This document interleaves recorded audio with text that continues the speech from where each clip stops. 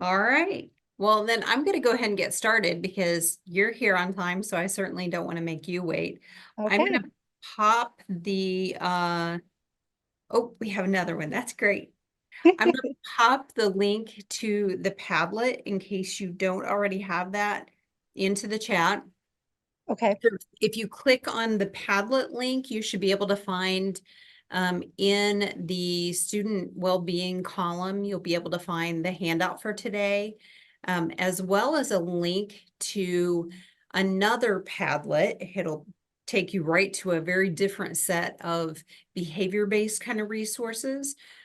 So you should be able to find all sorts of things there that I have links to in this document, but you can also just find them right there on the what can I do? I'm not the behavior specialist Padlet.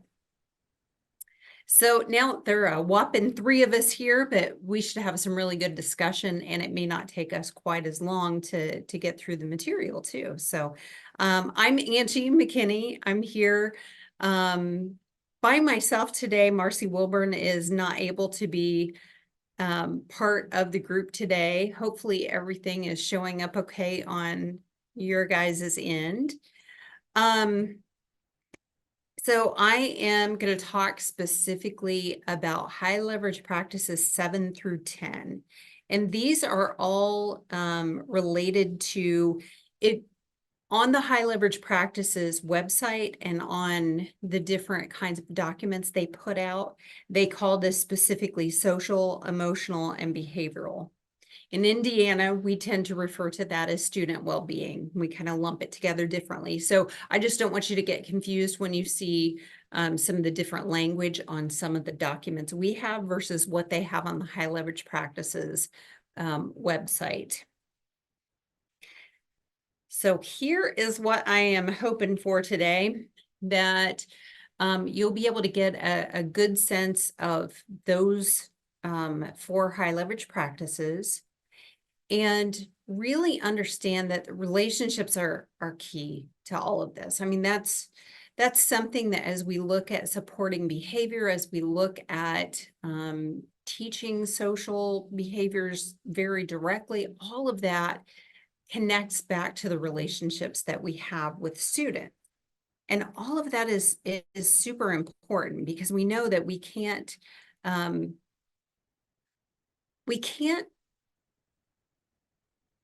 emphasize and correct behavior and all of that kind of stuff if we don't have some kind of relationship with the student. So it really does affect pretty much everything. The environment's also really important, and we'll talk about some of the things related to setting up that positive learning environment.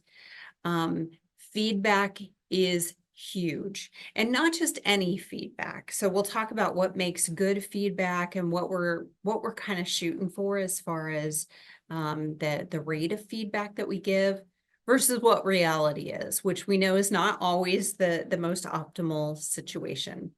And then we'll talk a little bit about some of the resources that are available to you related to things like functional behavioral assessments and writing behavior plans, because that's part of it too. So of the 3 of you who are here, raise your hand or pop in the chat if you have been attending the series so far.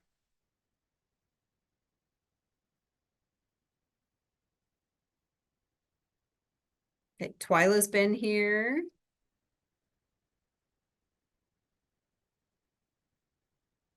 Okay, so some newbies, which is good too.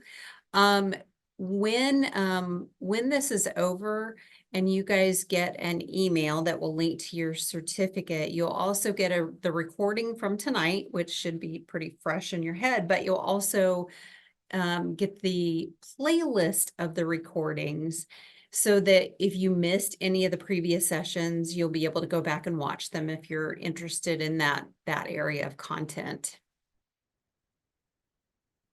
All right, so we're going to start with kind of a classic, and I know lots of people have seen this before, but I think this video is so powerful that I feel like we need to kind of set the stage with this. Now, if you cannot hear this, I think I've got it set up so that you should hear it just right, but if you cannot, please just pop it in the chat so I can go back and try it again.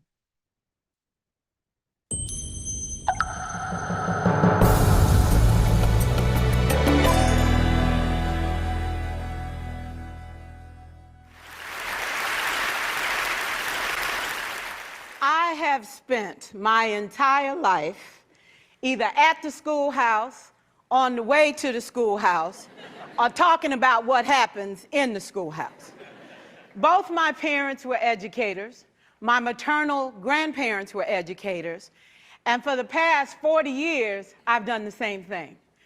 And so needless to say, over those years, I've had a chance to look at education reform from a lot of perspectives.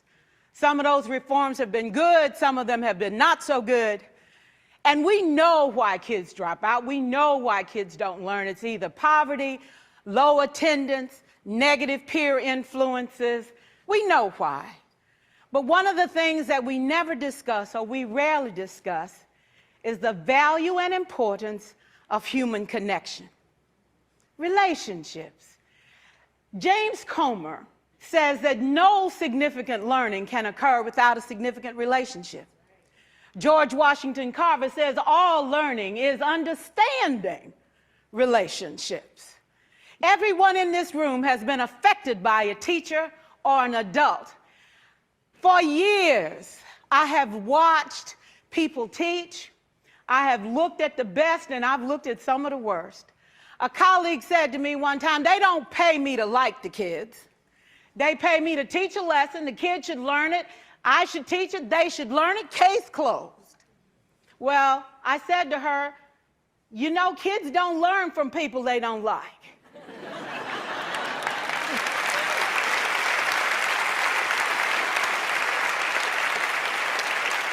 She said, that's just a bunch of hooey. And I said to her, well, your year is going to be long and arduous, dear. Needless to say, it was. Some people think that you can either have it in you to build a relationship or you don't. I think Stephen Covey had the right idea. He said you ought to just throw in a few simple things, like seeking first to understand as opposed to being understood. Simple things like apologizing. You ever thought about that? Tell a kid you're sorry, they're in shock. I taught a lesson once on ratios. I'm not real good with math, but I was working on it. And I got back and looked at that teacher edition. I taught the whole lesson wrong. So I came back to class the next day and I said, look, guys, I need to apologize. I taught the whole lesson wrong. I'm so sorry. They said, that's okay, Miss Pearson. You were so excited. We just let you go.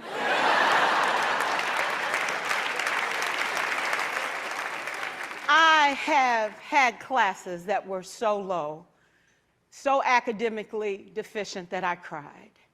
I wondered, how am I going to take this group in 9 months from where they are to where they need to be? And it was difficult. It was awfully hard. How do I raise the self-esteem of a child and his academic achievement at the same time? One year I came up with a bright idea. I told all my students, you were chosen to be in my class because I am the best teacher and you are the best students. They put us all together so we could show everybody else how to do it. One of the students said, really? I said, really? We have to show the other classes how to do it. So when we walk down the hall, people will notice us. So you can't make noise, you just have to strut. And I gave him a saying to say, I am somebody. I was somebody when I came. I'll be a better somebody when I leave. I am powerful and I am strong. I deserve the education that I get here. I have things to do, people to impress, and places to go. And they said, yeah. You say it long enough, it starts to be a part of you. And so,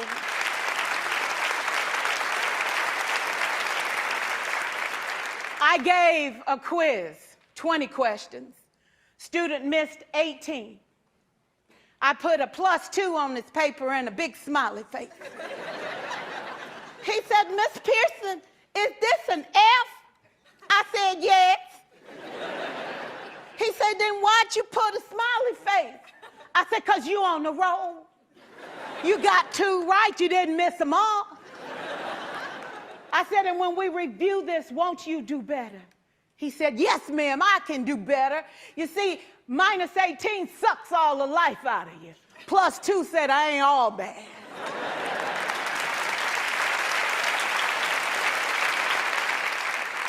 4 years, I watched my mother take the time at recess to review, go on home visits in the afternoon, buy combs and brushes and peanut butter and crackers to put in her desk drawer for kids that needed to eat, and a washcloth and some soap for the kids who didn't smell so good. See, it's hard to teach kids who stink. And kids can be cruel. And so she kept those things in her desk, and years later, after she retired, I watched some of those same kids come through and say to her, you know, Miss Walker, you made a difference in my life. You made it work for me. You made me feel like I was somebody when I knew at the bottom I wasn't. And I want you to just see what I've become. And when my mama died 2 years ago at 92, there were so many former students at her funeral. It brought tears to my eyes, not because she was gone, but because she left a legacy of relationships that could never disappear. Can we stand to have more relationships? Absolutely. Will you like all your children? Of course not. And you know your toughest kids are never absent. Never. You won't like them all, and the tough ones show up for a reason. It's the connection, it's the relationships. And while you won't like them all, the key is they can never, ever know it. So teachers become great actors and great actresses, and we come to work when we don't feel like it, and we listen to policy that doesn't make sense, and we teach anyway. We teach anyway because that's what we do. Teaching and learning should bring joy. How powerful would our world be if we had kids who were not afraid to take risks, who were not afraid to think, and who had a champion? Every child deserves a champion, an adult who will never give up on them, who understands the power of connection and insists that they become the best that they can possibly be. Is this job tough? You betcha. Oh God, you betcha. But it is not impossible. We can do this. We're educators. We're born to make a difference. Thank you so much.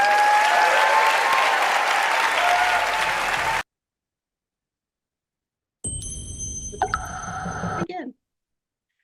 So, I mean, I don't know if you guys have seen that video before. I think I've seen it probably a good 50 times, and it hits me the same way every time.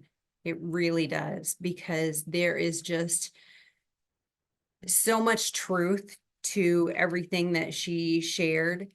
And I think probably the biggest thing that I walk away with is just how important that relationship piece is, and how much of a connection that some of our kids are just craving. You know, they want something, some kind of relationship with a trusted adult at school, and we can be that person for them, you know.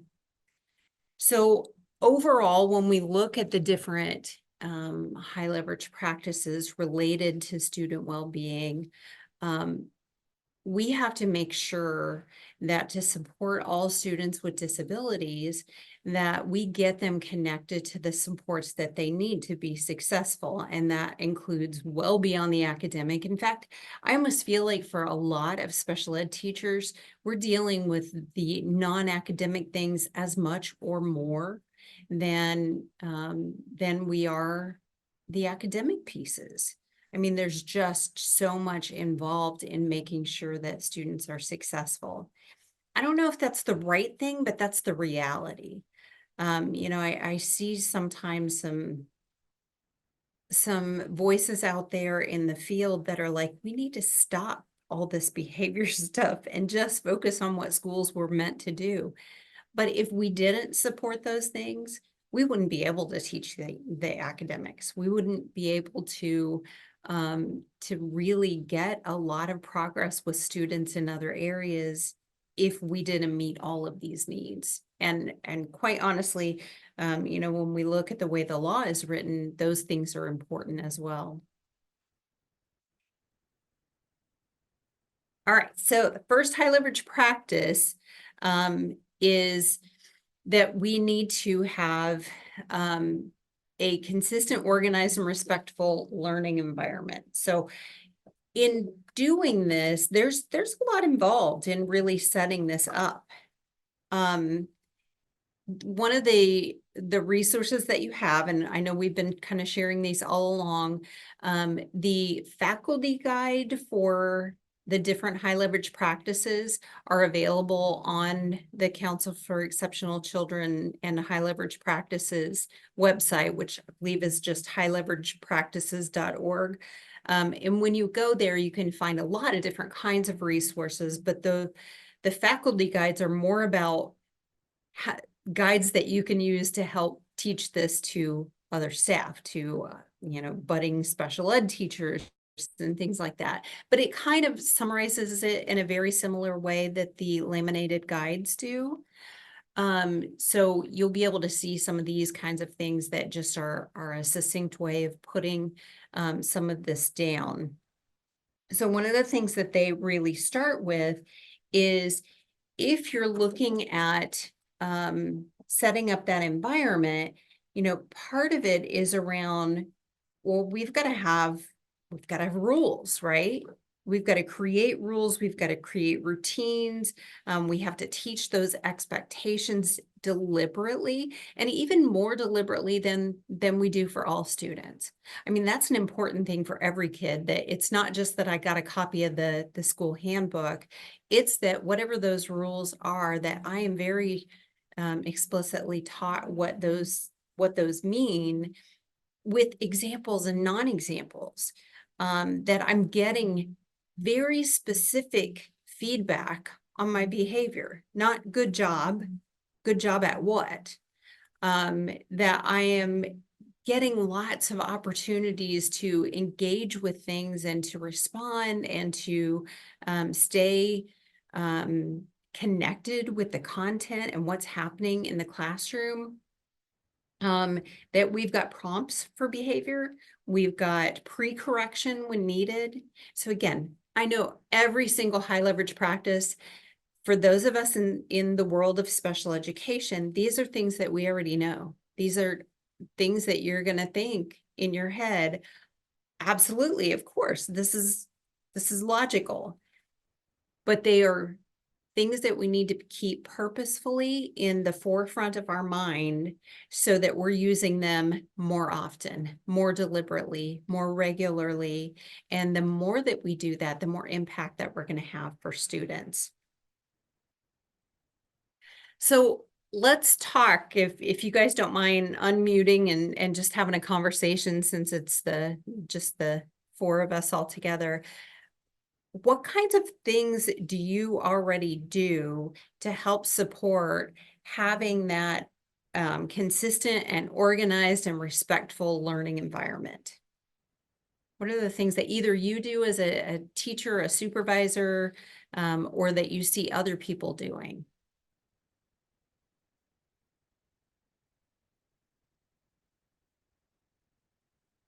Think I'm a supervisor, so I'm no longer in the classroom and stuff, but just when you were saying building the relationships, I think one of the biggest things that myself and my staff do is just in the hallways to talk to students on those breaks. And you know what I mean? It's not all about, okay, how are you doing academically?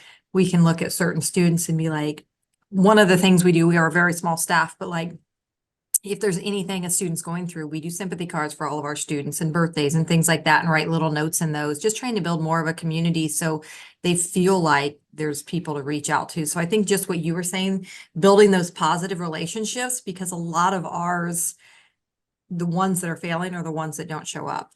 Yeah. So it's trying to get them, in the building.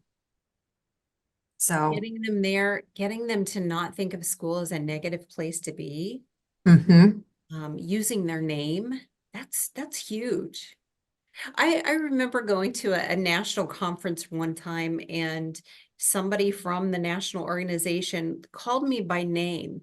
And I was like, oh my gosh, he knows my name. And I was just tickled to death, and I'm a grown adult, So Mhm. for kids, when a teacher, especially a teacher that is not necessarily their teacher, knows who they are, calls them by name, and not, to say, Johnny, stop that, Mm-hmm. it's huge. It can have such an incredible impact.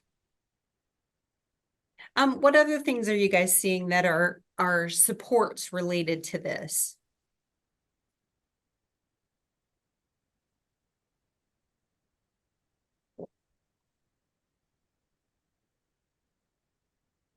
Well, let me ask you this first. So Twyla, you're a supervisor at an elementary or district It's level it's an adult education school, at but we have, Excel? yes, but we have 16, 17-year-olds also. Okay. And Laura, what's your role? I am kindergarten through fifth grade, mild disabilities. So your SLD, OHI, and any autistic students that are gen ed inclusion. Okay. And how about Megan?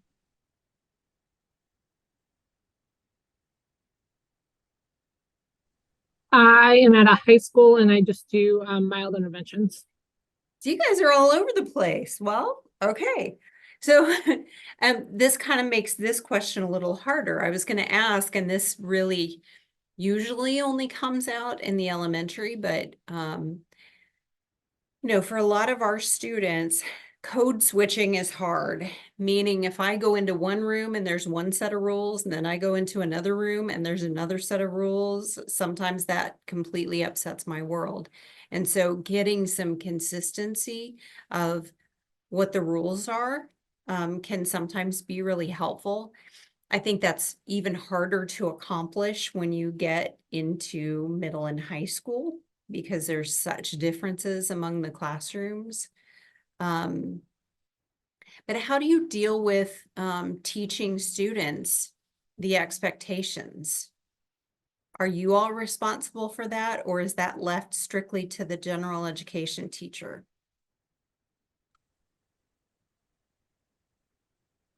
Mine is primarily the general education teachers, and then I follow their rules and expectations when I'm in their rooms because we do Okay.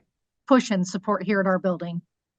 And that is incredibly important. If you're doing any push-in or co-teaching, you got to get your heads together on what exactly those expectations are so that you don't have that parent splitting that kids will do.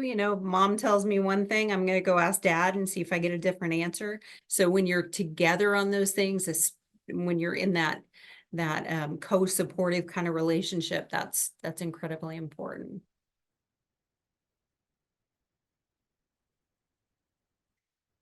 All right, just maybe a couple of other things that might be really important, besides having sometimes it's common rules, but at least some common expectations, making sure to be really deliberate about teaching rules for different environments because, we have different expectations for voice, movement, all of that kind of stuff in the hallway versus in the cafeteria versus on the playground.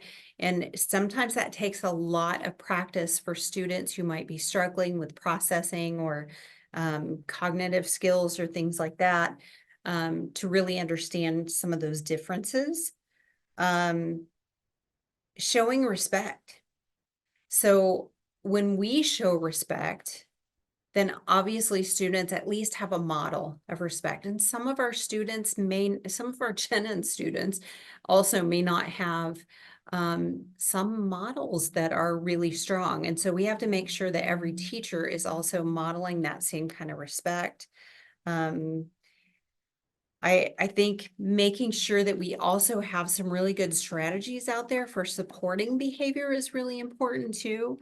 So that if I need more than what everybody else is getting, that there are some easy interventions that teachers can use in the classroom and that we can use with students and aren't overly invasive. They're just good support. So making sure that we've got some of those things kind of in our back pocket to share with teachers when things come up. That piece can be really important of creating that safe environment for students and making sure that they have optimum conditions, to be able to be at their best. All right, let's skip on to high leverage practice 8, because this one's a little bit longer. It's important that the whole feedback aspect is really important. And so I kind of started with that as one of the learning outcomes for today. We need to make sure that we're giving positive feedback whenever we can, and that when we're giving other feedback, that it's constructive. It's not necessarily negative, it's constructive. It's designed to teach something, to improve a skill, and to really tell me, okay, if I'm not doing what you think I ought to be doing, what should I be doing, right? So we always work on kind of tweaking our language for how we give feedback, and making sure that tell me what to do, not just don't do that. Well, okay, if I don't do that, what do I need to do? So let's dig into that a little bit. Again, you've got the faculty guide slide on that, of making sure that we give very, not just positive feedback, but also, even if it's positive, it needs to be specific. Great job. Great job at what? Tell me what I did, because I did a bunch of stuff and I'm not sure what I need to do next. So always giving very specific things. So they give some examples, great job raising your hand. Great job with getting a full sentence down. That's awesome. Great job with telling your friend no, but doing it in a nice way. Any kind of feedback that we're looking to give, it should be very specific. Also making sure that we give very clear feedback to teach skills. And when kids are learning skills, giving them feedback very frequently. All of those things are going to be really important in making sure that that everything that we do is designed to make something better, right? Whether it's encouraging kids to be more part of the classroom, be more part of the activity, or to work on a skill that they maybe don't have yet. And so we're giving them constructive feedback to be able to teach that particular skill. So a lot of different things on here, and we're going to talk about each of those kind of integrated into some of the other content here. So let's talk about engagement first. We know that engagement is extremely important. The more engagement that we have, the lower the likelihood that a student is even going to have the opportunity to not have appropriate behavior, right? So when a student is involved in some way in the activity, then we're going to have that engagement and that connection, and they're going to be so busy with the learning that they really don't have time to do the other stuff. It's that downtime that's really scary when we start seeing a lot more behaviors. So when we think about engagement, one of the pieces of engagement is creating a high number of opportunities to respond, or OTRs. So with opportunities to respond, that leads to lots more engagement. So even if it's something as simple as turn to page 86, okay, my response is I open the book. Put your finger on the line at the top of the page. If I put my finger on there, that's another opportunity to respond to what the teacher has just said and to engage with the content. Those are easy things to do, right? And I think we're really good at making those things happen, not just giving really general kinds of instructions. We do a lot of very specific instructions that all kids can respond to at once, not just one kid at a time. The one kid at a time thing is what I grew up with. Who knows the answer to this? 2 hands go up, and they're the same 2 hands every time. And then one person gets called on, and they're either right or wrong. And if they're wrong, they move on to the next person. But that means that that person got to respond, and maybe the next person got to respond. And that is pretty much it. When my elementary school would have reading in the class, we would have a story and we would go around the room of 25 plus kids and take turns reading, which meant that when I wasn't the one out of 25 who was reading, I could be following along, but most likely I was not. You know, a lot of times I was kind of daydreaming. I was looking through my desk for, you know, what I might have stashed in there.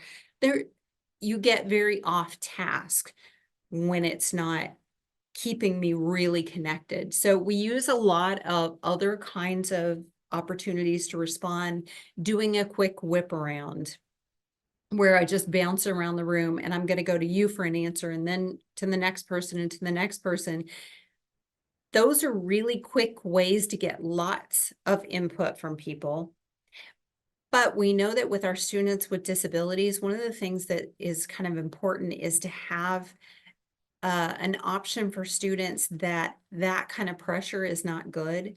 So an option to say pass, an option to say, I agree with what Johnny said, so that if I don't have new information, I can still continue to be part of that conversation. And really that's made available to everyone, but we know that for some of our students, that's an important option. Choral response, say it together. Opportunities to respond are important. The whole class repeats. Using hand signals, give me a thumbs up if you have found the page. Give me a hand raise if you agree with this statement. There are lots of different kinds of hand signals that teachers can use. Using cued retail, not retail, retail. Using whiteboards. I love to use whiteboards during training so that I can have a pause and say, right, think about your answer, write your answer on your whiteboard. When I say 1, 2, 3, everybody raise theirs. So I now get the whole room responding instead of one person. Response cards, you can easily make your own printed response cards. A lot of teachers will make response cards and put them on like a big key loop with yes, no, true, false, red, blue, A, B, C, D, so that whatever it is that you need for the activity, you can quickly get kids to raise their response. Using a turn and talk where you're sharing with your neighbor, doing things like think, pair, share, square, where I think about it, I share it with my neighbor, and then we find another pair and we have a square discussion about what it is that we're seeing. It's constant involvement. Stop and jot. Maybe I'm talking for a little bit. Now on your paper, I want you to write this. I want you to jot down your thoughts on this. And then there's the individual responses. And sometimes it's okay to ask for an individual response. But other times it's helpful to use more of that big picture kind of response. Have any of you used some of the kind of electronic or app-based kind of responses like Kahoot?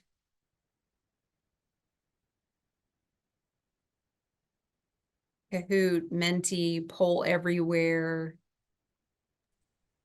Okay, those things are great. Another one that it's a little bit more complicated, but it can be kind of neat for teachers is Plickers, because you can actually scan your room and kind of pull in the data into your system, and it's another freebie.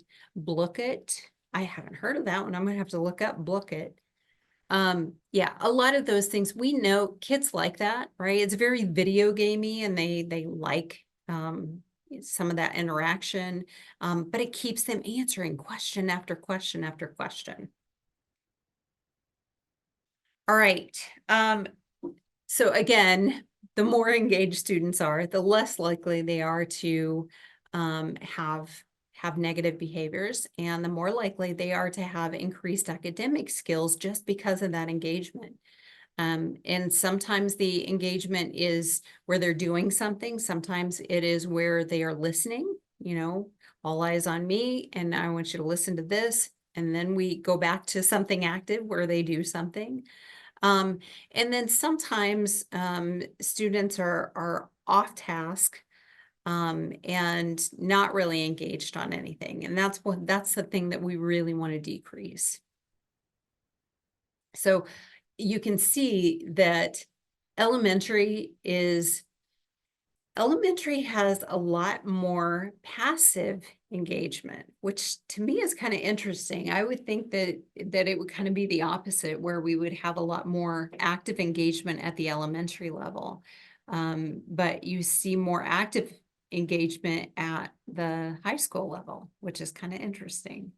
But you also see an increase in that off-task behavior at high school too. Now, when we think about feedback, when we've looked at some of the studies that are out there, and Terry Scott and his colleagues have done quite a bit of research on feedback, we are not really anywhere close to a good, strong level of positive feedback versus that negative level of feedback versus corrective feedback. So if you look at the research that they've done across different levels, and they had, tons and tons of elementary, middle, and high schools, I've heard a lot of different recommendations if it really should be more of a 5-to-1 kind of ratio for at least positive to negative.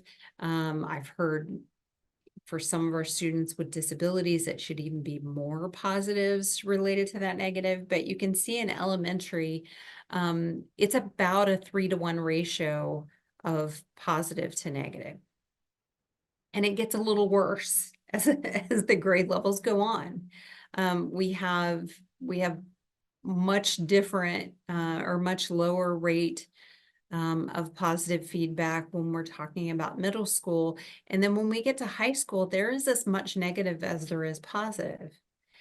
And it doesn't have to be this way. I mean, I like what Rita Pearson said in the video, that it doesn't have to be like this. We can do better. We can always do better.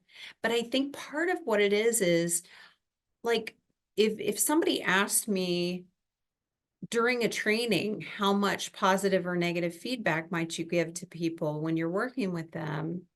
I don't really know.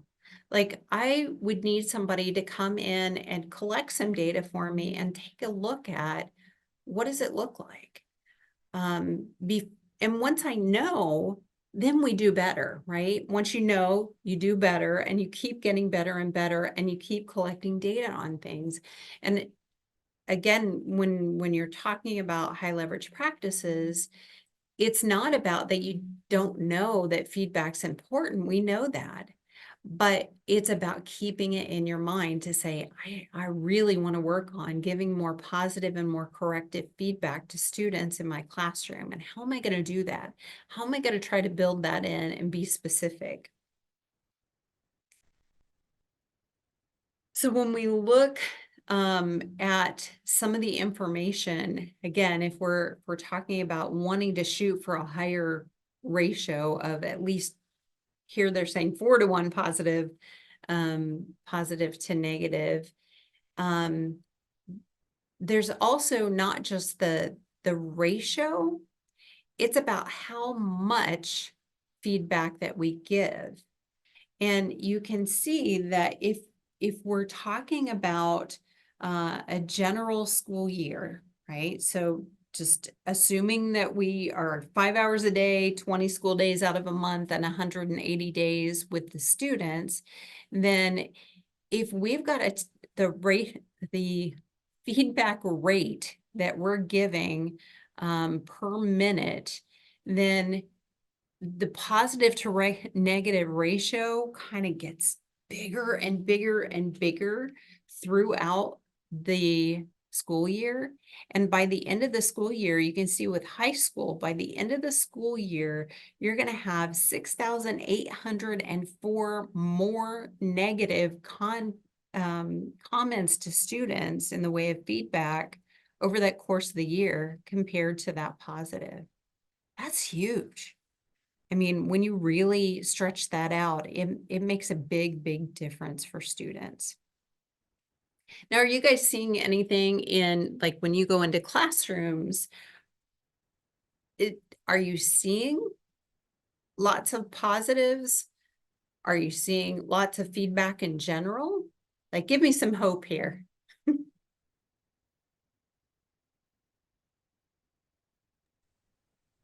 I would say one aspect, the way we're a little different is due to the number of adults we have. If we were just constantly giving negative feedback, they would not come back. And there's nothing, you know what I mean? It's not like Yeah. make them be. So, we do a lot of positive reinforcements because a lot of our students have had their experience school related has been negative. That's why they didn't graduate and things like that. So that's why we build the culture and things like that. We have to make sure that we're giving lots of positive for any of the constructive that we give. Because they can just walk out at any time. Yep. Yeah. So Laura, your comment about positivity tickets. Now, this is for like a positive behavior, they get a ticket, like a PBIS kind of system. Yes, along that line there, we're really focusing on them being responsible, respectful, and safe. So anytime we see them doing something along that line that's positive or good, they get a ticket for that. And we have a weekly drawing that we draw 10 students that win a reward. So Nice. gives encouragement that way. And I think even like to make it even stronger, to make it have more impact, modeling maybe for some of your coworkers to say, you know, when I give this ticket, I'm telling them very specifically what they did and whether it was responsible, respectful, safe, if those were the three. But I mean, sometimes, you know, you can tell kids, I like the way you lined up slowly because it makes things much safer. Great job, and give them the ticket for that. Megan says certain teachers have started putting stickers on paper with decent grades or for hard work, increased homework being turned in. Absolutely. Celebrate those small victories. I mean, I think that's important too. Even it, you know, we always tell kids, even if I don't have a perfect grade, if it's better than it was, awesome. If I hadn't been turning in anything, or I'd been only completing part of my homework and then I just don't turn it in because it didn't get done, just getting them to turn it in can be a major thing too. So I think just celebrating every little thing and pointing those out is an important piece. And then we can work on the constructive part of it from there.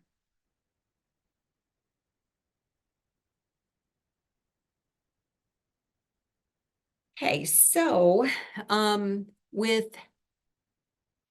looking more at some of that research that Terry Scott put out, and he's got just a wealth of information. In fact, I will upload his behavior website to the Padlet as well. This, I think it's cbirs.org. They have just some of the most amazing short videos for teaching teachers how to do different kinds of opportunities to respond, how to do certain kinds of behavioral strategies. So many things on there that they have in their little, it's like, you know, a couple of minute kind of videos. But I will make sure and upload that to the Padlet. So we have to think about in how all this turns out. We have to look at the degree to which teachers are doing that active teaching, right? That we're not just sticking them on the computer. We're not just letting them discover it on their own. We're actually using formal instruction for that. And how many opportunities to respond that the students have and what the feedback looks like. So if we look at all of that, then the teachers who are not doing well with those three things, and they're in that lowest level of implementing those different kinds of strategies, then they have students who are more off task and more 67% more likely to be disruptive, which to me is huge. You know, this is saying we're not even talking about major behavior interventions. We're not talking about needing to do a plan for a student.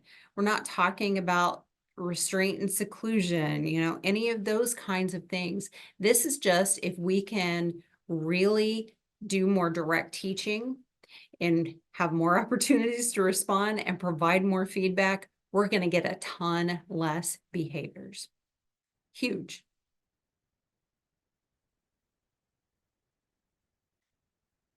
As a group, those opportunities to respond are also very predictive in the studies of having higher academic achievement. And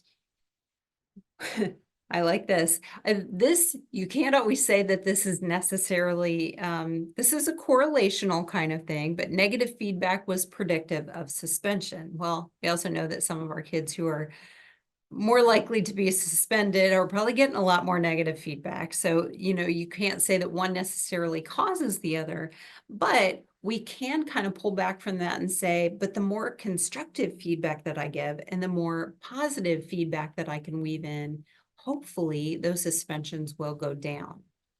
And they did find differences specifically at the teacher level. All right, high leverage practices 8.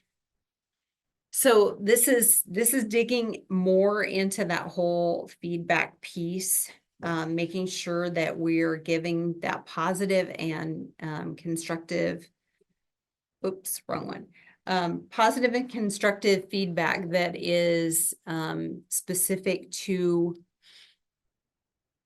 the students' understanding and learning. And it should always be very goal directed, right? We need to know why we're giving that feedback and what we're trying to focus on. It should tell me more about what I need to do. It needs to be timely. Now, I know sometimes when we're talking about a student who has had a meltdown, right? We don't process it. We let them get back to baseline before we do anything. And I think we probably all experience that with a student, that when I'm in the midst of a crisis, whether it's I'm completely dysregulated or whatever the situation is, I need to wait until I come back to that calm level before we can start talking about it. But for most things in the classroom, we don't wait until tomorrow and say, hey, yesterday you did this. Whether it's something that we need to work on or whether it's something that is a positive, it should be instantaneous in some way. We also know, though, that we have some students that we have those few students who, when you say, hey, Johnny, you did a great job, thanks for raising your hand, and that's a trigger, right? Some of them do not want to be called out, good, bad, or otherwise. Many kids love it, right? But not everybody. We also have to make sure that we are giving them feedback that is appropriate for the task that we're doing. So some things take a lot more frequent feedback, and other things that we can kind of step back a little bit and wait until key points to provide the feedback. All right, makes sense so far?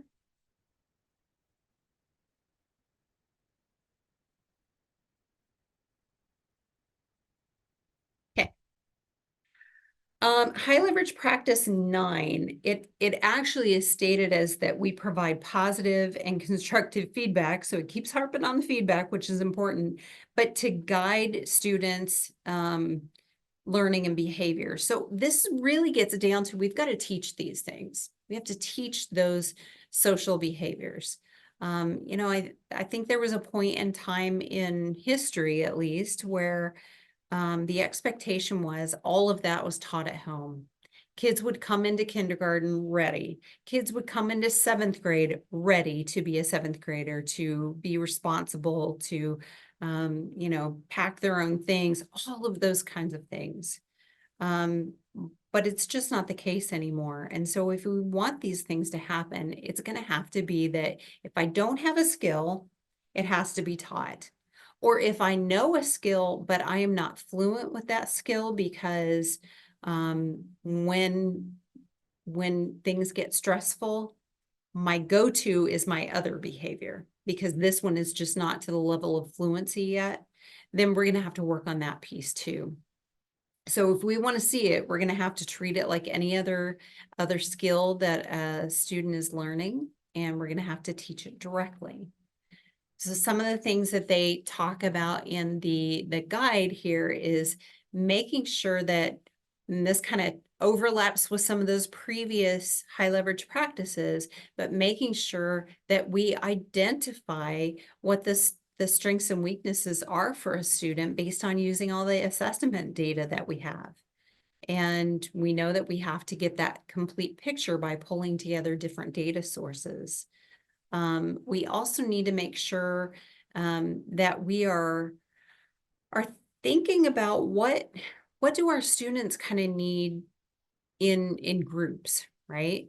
So yes, we can focus on an individual skill set for a student, but we sometimes will have things that we can weave into our lessons because more than one kid needs this.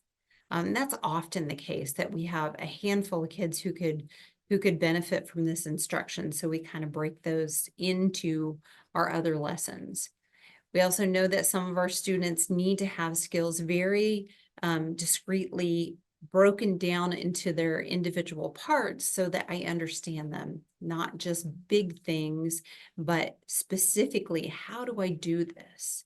Making it simpler, making it easier to give specific feedback to the student, because we find the particular skill that I did well with or didn't do well with within that big set of interacting with my friends or disagreeing with adults.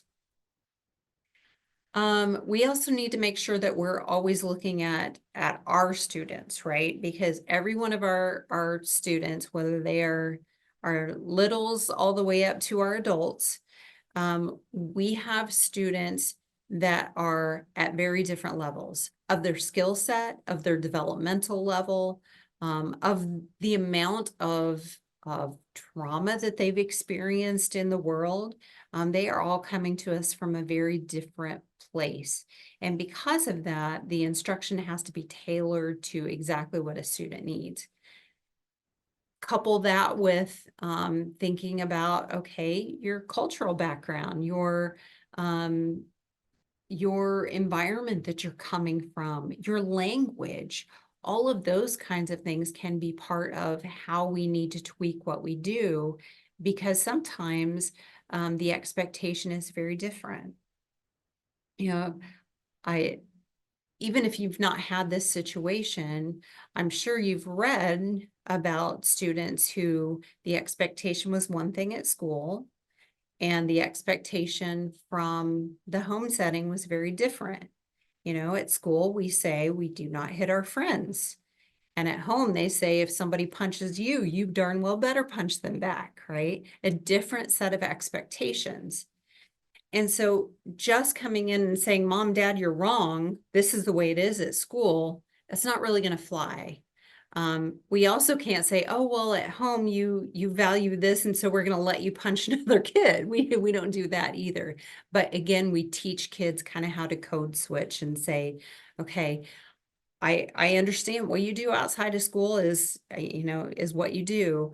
And here, sometimes we have to shift what we do. And so what could be some other strategies you could do when you're upset?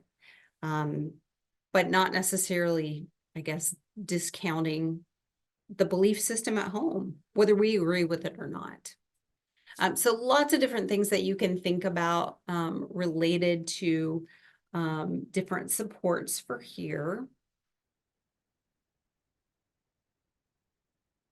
So when we think about the expectations, and all the things that we need to teach students, how do you get there? What are you guys doing when it comes to how do we teach all this stuff? Is there a system? Do you have a curriculum? Are you playing it by ear?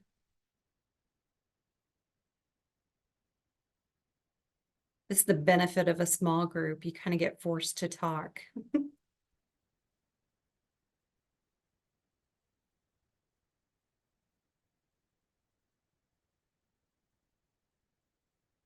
district expectations. Okay.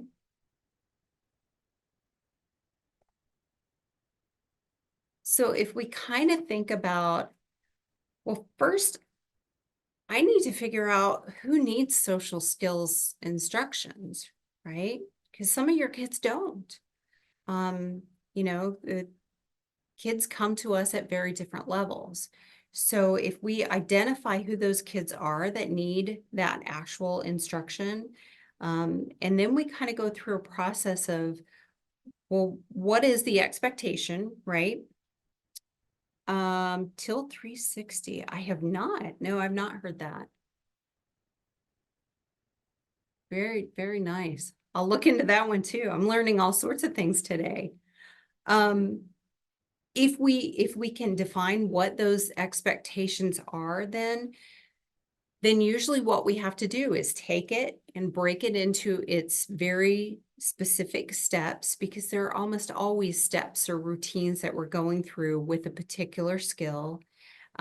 Give them examples and give them non-examples, right? And especially when we're talking about the younger kids, it's always helpful to take pictures, right? Take a picture of a kid doing the right step. Take a picture of what it would look like if you're not doing it the right way. And you can have these as visuals. Now you can use, drawings and cartoons and things like that. But I think it works better in a lot of cases to have actual pictures of students and use those as your visuals. Sequence that instruction so that you can meet the needs of the student, because some of our kids it's going to take a while and some of our kids it's not. And I think for some kids, it's the instruction is the key to it. But for many of the students that we work with, it is that I have to teach it. Now we have to practice it in a non-threatening environment where there's no stress and there's no expectation. And we do some role playing and I do some modeling and I give lots of feedback along the way. Great job with this piece. We're going to work on this piece now. And then we start to ramp it up a little bit. Now we're going to practice this on the playground, right? Maybe not quite as stressful, but more interaction happening. And then we start to practice certain skills in a more stressful situation, and we start to prompt our students for, hey, I think you two are not going to agree on this. So remember, we're going to have to use the skill that we talked about for how we disagree without hurting someone's feelings, or, again, whatever it is that you're working on at the time. We want to make sure that we engage students through this instruction. So we're still talking about providing lots of opportunities to respond, providing different ways for them to really get into what it is that we're talking about. So it's not just me preaching at someone, it is honestly a back and forth and digging into the learning and using visuals and everything else that we know can be really helpful for teaching skills to students. And as we think about all of those practice situations, it's all about generalization. So if a student can do it in your classroom, that's fantastic. If they can do it in your, whether it's a special ed room or not, great. But what really matters is that they can carry it over when you're not there and in other situations. So I hear that a lot from special ed teachers who do a lot of teaching in maybe a resource room, that, hey, when this kid's in my room, they can do this perfectly.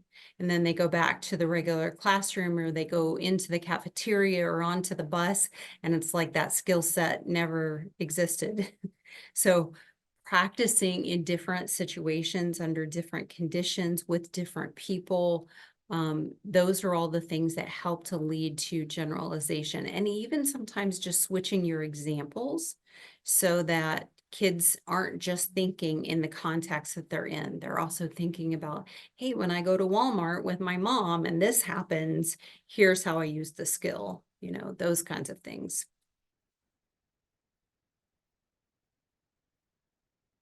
Any other thoughts about high leverage practice 9 and teaching those expectations?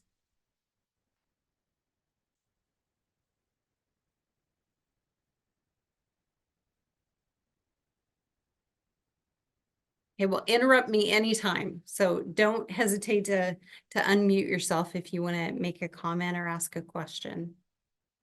So we'll move into high leverage practice 10. Now with 10, they talk a lot about functional behavioral assessments to figure out what to do. Indiana's law is written a little strange, right? So when you look at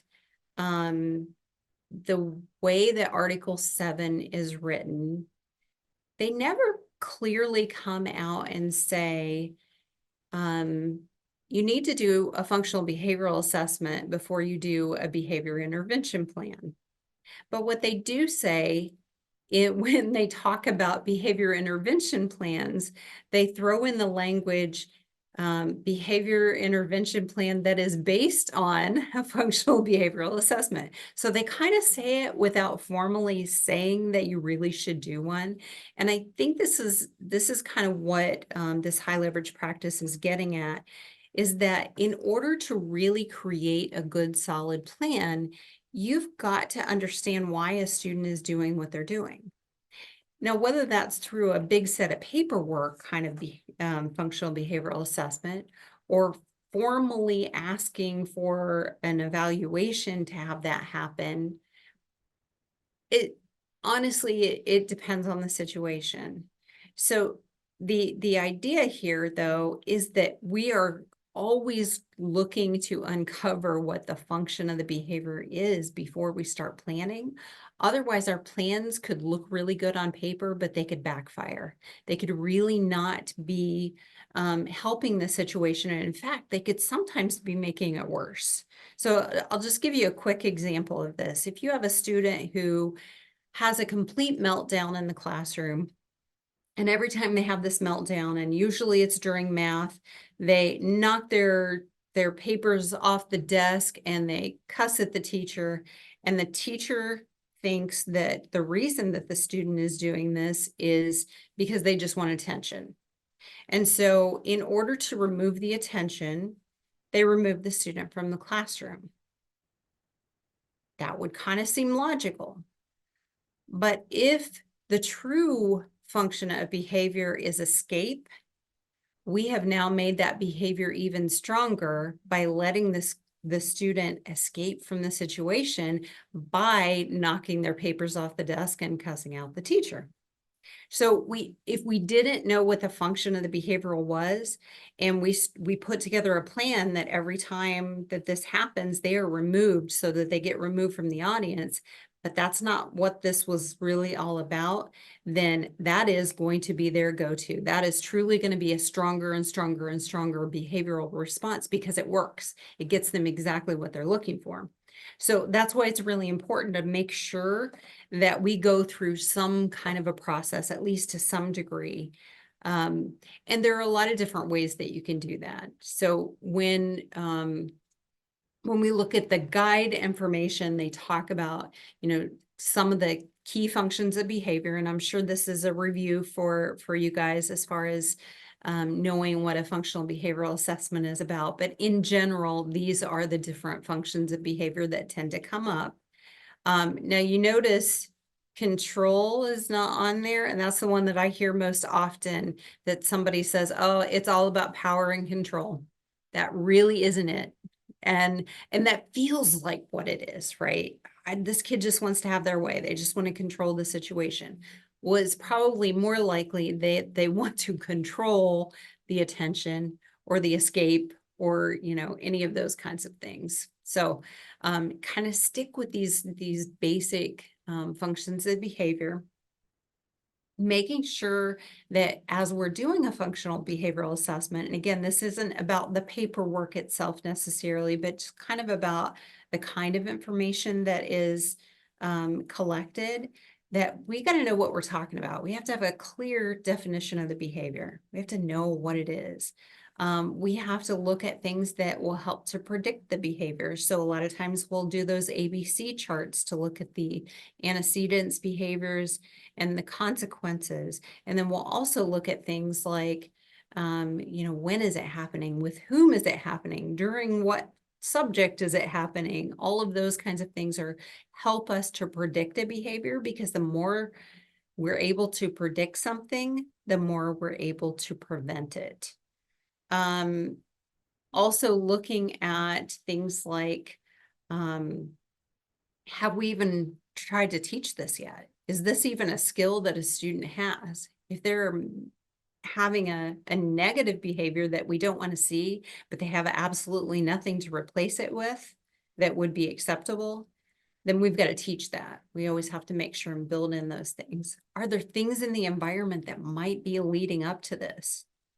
I remember I remember being younger, and you just knew that when certain kids sat near other kids, there was going to be something happening, right? It was just an environmental thing. They would pick at each other, or, for some kids, just being too close to the door, too close to the window, too close to the fan. Any of those kinds of things could be something that triggers behaviors that we don't want to see. Also making sure that anytime that we're looking at collecting data for a functional behavioral assessment, or we're looking at creating a behavior plan, that we are not alone. You should never, never be the lone person who's completing an FBA or a behavior plan. It is a team process like anything else. Everything should be part of a multidisciplinary team, because this is an evaluative process that we're doing, which is why we get permission if we're going to collect anything new. But I know that I've collected tons of data for an FBA before, and I just I couldn't see the pattern. And sometimes I had to step away and let somebody else look at it, and they would point things out that, have you noticed that this behavior is happening with kind of some consistency here? Because sometimes we get so surrounded by the data that we don't see like the fine points. So it really needs to be a team kind of process. There are some things on the Padlet that can be helpful too, or you can click the link off of the PDF of the slides that just helps you look at some of the data and help to break some of that down. And I think there are a lot of different resources related to functional behavioral assessments and behavior plans. We have a regularly scheduled training for that too. So you can always jump on one of those webinars or in-person trainings about the FBA and BIP process.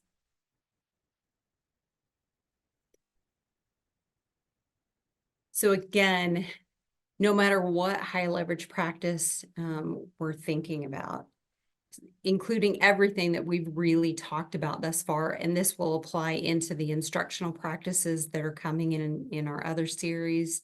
If we want to reduce some of those behavioral problems, we have to factor in what we know about a student, what we know about their background, their culture, their language, and their experiences in life. And then we design our instruction to meet their needs, which may mean that the instruction for one kid is different than the instruction for another. I remember a student at a conference that I was at, that the parent was adamant that they did not read one of the stories with this student that they were reading in the classroom, because it was very likely to trigger something that had happened to the student. I don't remember what the specific example was, but I thought, that's something that we may not even know until we're having that conversation with a parent to really know about a student. So every time we get a new bit of information, it can shift a little bit about what we do in order to meet their needs better. All of these different handouts, again, you can click on them in the slide deck and get right to them. Or if you go to the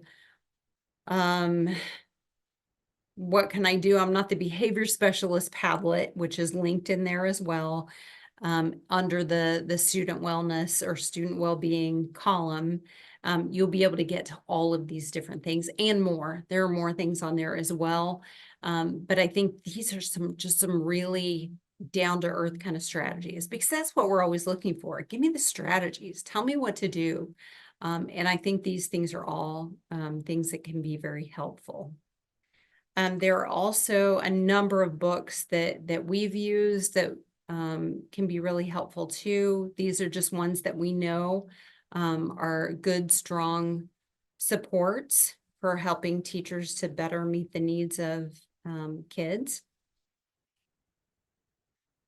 Couple of really key websites too. PBIS, the Center for PBIS, that website is great. PBIS World is a little different. So if you've not been to pbisworld.org, I think it's .org, this is one where you actually go onto their website and you like pick the behavior that you're worried about from a drop-down menu, and it kind of asks you a series of questions and leads you to some strategies based on what you've told them. So I find this a really neat place to find some good strategies. The Castle website is also really strong for just really talking about those different social and emotional competencies that are important, that we need to be focusing on for students. And there's a lot of overlap between those different kinds of things too.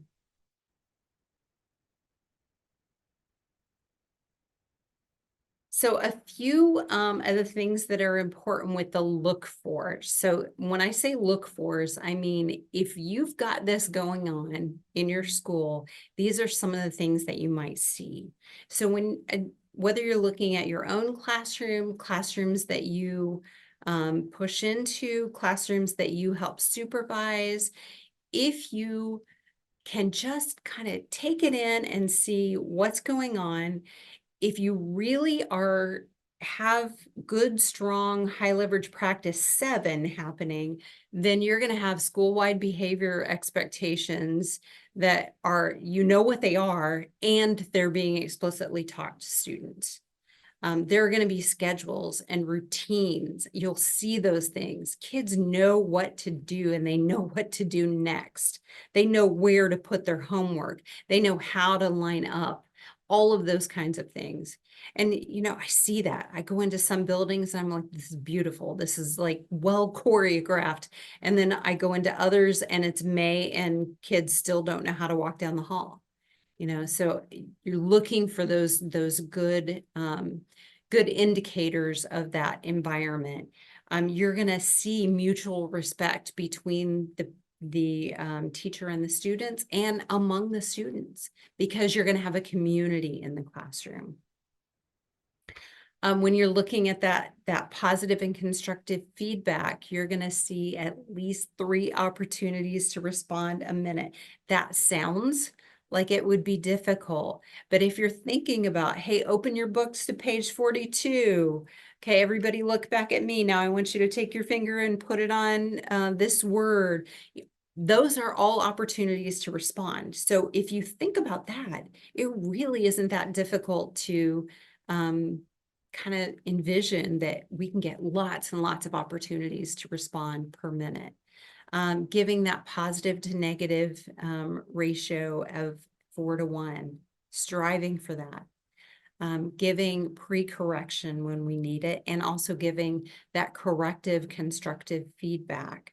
And giving lots of different kinds of feedback. Sometimes it's just giving that thumbs up, or you know, a smile, or a tap on the desk that a student can recognize as a positive, you know, pointing to something.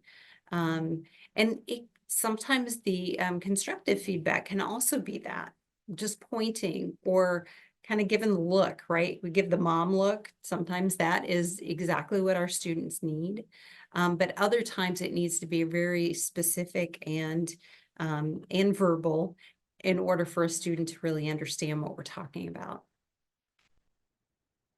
With teaching of those skills that we know is important, we're looking at a lot of different aspects. So when we talk about social skills, it's kind of a big nebulous thing. You know, what do we mean with social skills? Well, we could be talking about interpersonal skills, communication, self-management. It could be lots of different aspects of social skills, but we're looking at making sure that all students get that basic instruction of how it should be. We practice it as a group. We do different things, as well as making sure that if students need some additional support or instruction at a higher tier, that we have that available too. We're using the data to guide us, to tell us who needs it and what do they need. We're focusing on very specific skills so that we're not just doing a behavior lesson or a social skills lesson. We're doing a lesson on a very distinct skill. We're always thinking about how much prompting do we need, because we want kids to eventually be independent with this. So how much prompting do they need? And how are we going to get that to generalize to other places, to the real world? For working with adults, we eventually want them to also take that to their job, to their marriage, all of those kinds of things too. I mean, we're looking to create independent humans that are eventually going to take care of us when we get older. And we're always collecting more data and looking for, is the support and instruction that we're giving, is that effective or not? And if it's not showing that we're effective, then we always need to make those tweaks to make it even better.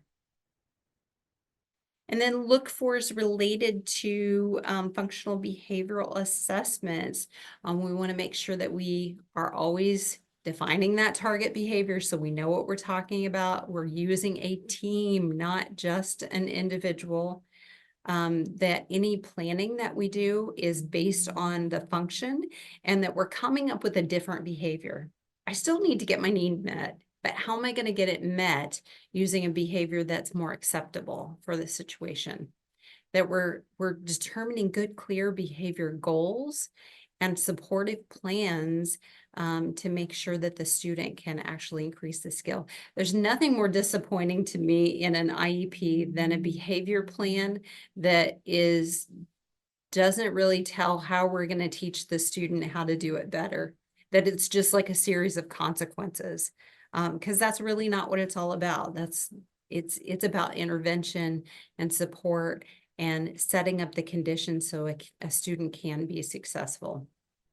We've got a good progress monitoring tool to be able to tell us if what we're doing is being effective. Whether that progress monitoring tool is hash marks on a Post-it, counting certain behaviors, whether it's looking at a percentage of time that a student demonstrates a specific skill, whatever you do, we've got to have an easy way to collect the data, but a way that the data is meaningful to tell us whether a student is truly making progress. Sometimes you can make progress on a measure, but that measure isn't really telling us much of anything. So just making sure we've got a good progress monitoring tool for that, and that it is always a work in progress. Rarely does a behavior plan work the first time. We generally have to tweak it. So we're looking for all those good things to be happening so that you know that we're using high leverage practice 10 regularly. All right, we have a few minutes left if you guys have any specific questions or want to share some information with each other about maybe some magic that you have in your classroom or in your school. All right, well, thank you guys very much. I will get those out to you. If you wouldn't mind just completing the evaluation on the left. If you can do it through the scan through your phone, or you can also do it through the link, but it's just our standard couple of questions about the training. Any feedback would be appreciated. And you guys have a wonderful evening.